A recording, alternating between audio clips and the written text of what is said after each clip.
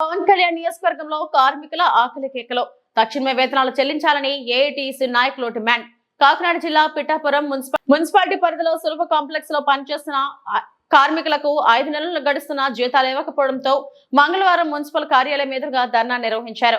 కార్యక్రమంలో ఏఐటీసీ నాయకులు సాకార్ రామకృష్ణ మీడియాతో మాట్లాడుతూ 5 నెలల పాటు జీతాలు ఇవ్వడంతో కార్మికులు ఆకలి కేకలతో మున్సిపల్ కార్యాలయం ఎదురుగా బైఠాయించడం జరిగిందని, ఇచ్చేది 4,000 రూపాయల జీతం 5 నెలలు తరబడి ఇవ్వకపోవడంతో కార్మికులు ఆవేదన చెందుతున్నారని ఆయన అన్నారు. తక్షణమే జీతాలు చెల్లించకపోతే ఉద్యమం చేపడతామని ఆయన హెచ్చరించారు. కార్యక్రమంలో ముత్తాల లక్ష్మి, దనల నూకమ్మ, రాయవరపు దుర్గా, రాయవరపు శారద, బొత్స మహాలక్ష్మి తదితరులు పాల్గొన్నారు. కార్మికుల జీతాలు, సులభ కాంప్లెక్స్ కార్మికుల జీతాలు, సులభ కాంప్లెక్స్ జీతాలు. ఈరోజు పిఠాపురం మున్సిపాలిటీలో సులభ కాంప్లెక్స్లో పనిచేస్తున్న కార్మికులకి ఇంచుమించుగా 5 నెలల నుంచి జీతం లేక చాలా అవసరాలు ఉన్నారు. అధికారులకి ఎన్నిసార్లు తిరిగినా కూడా బిజీ అంటున్నారు తప్ప ఈ వర్కర్లను పట్టించుకునే పరిస్థితి ఏర్పడతలేదు.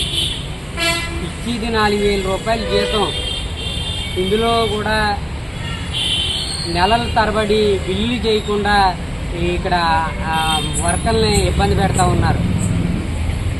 ఎప్పుడంటే వెళ్ళనియండి, ఖాళీ లేదని చెప్తా ఉన్నారు. వీళ్ళు నెల జీతం తీసుకుని కుటుంబాలు పోషించుకుంటా ఉన్నారు. మరి వీళ్ళు కూడా మనుషులే, వీళ్ళు ఆ జీతం వచ్చాయి కానీ వీళ్ళు కూడా బతకలేని పరిస్థితి కదా. అది అర్థం చేసుకోకుండా అధికారులు నిమ్మక నీరెత్తినట్టు వ్యవహరిస్తూ ఉన్నారు. ఇచ్చేది 4,000 రూపాయలు, గతంలో కూడా పెంచుతామని కౌన్సిల్లో దీన్ని పెట్టడం జరిగింది. ఈ అధికారులు ఇదిగో చేస్తున్నాం అదిగో పెంచుతున్నామని ఇంతవరకు పెంచకపోవడం అనేది చాలా దౌర్భాగ్యం. ఇక్కడ అధికారులు వర్కర్ అంటేనే చిన్న చూపుగానే ఉంది. పై స్థాయి వాళ్ళు బతికే విధంగానే ఉంటున్నారు తప్ప ఇక్కడ వర్కర్ని పట్టించుకునే అధికారి అన్నవాడు కనపడట్లేదు.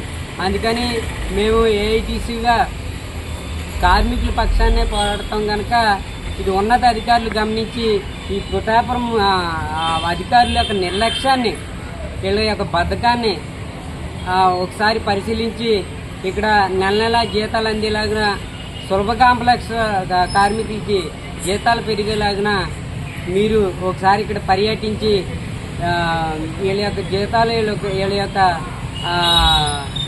భవిష్యత్తుని చూడాలని మేము సిపిఐ తరఫున ఏఐటీసీ తరఫున డిమాండ్ చేస్తూ ఉన్నాం.